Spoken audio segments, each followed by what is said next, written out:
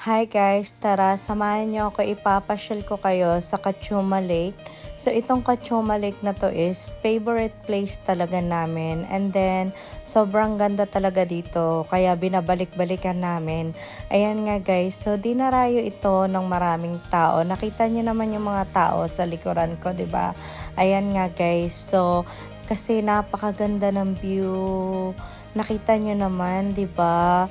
Sobrang lawak. Ayan, napakalawak niya. Sobrang linis ng lake. Ayan, makikita nyo naman yung view niya, guys. Sobrang ganda.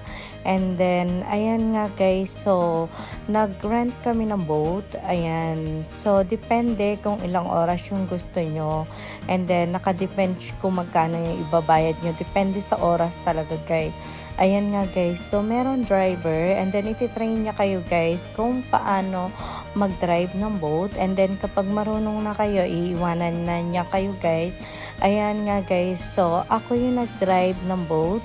Ayan, kasi gusto ko talagang ako nagda-drive ng boat. Ayan, so ito talagang lugar na to is favorite ng daddy ko to.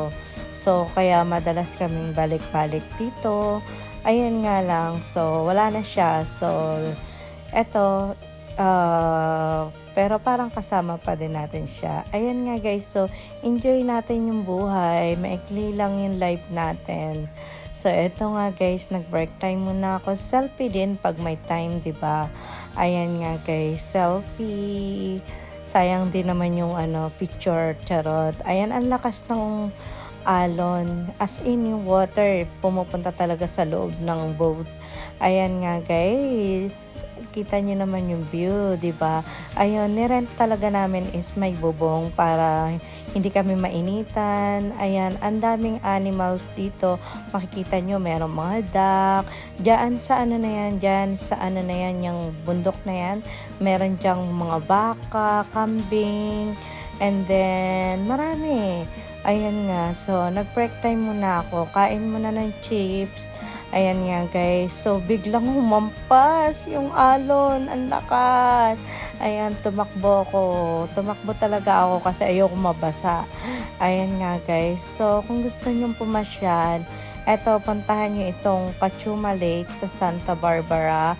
Pwede kayong mag-camping din pala dito guys. Ayan, so hindi ko na nga na-vlog yung camping eh. And then ito guys, so pabalik na kami. Ayan, after namin makapag-relax, makapag-enjoy, mag-drive ng boat, ayan, mabasa sa sobrang lakas ng alon. So, ayun nga guys, ibabalik na namin yung boat. And then, after namin mabalik yan, then magka-camping na uli kami. And then, nakita nyo naman, napakaganda ng view, diba guys? Thank you for watching. God bless all. Bye guys.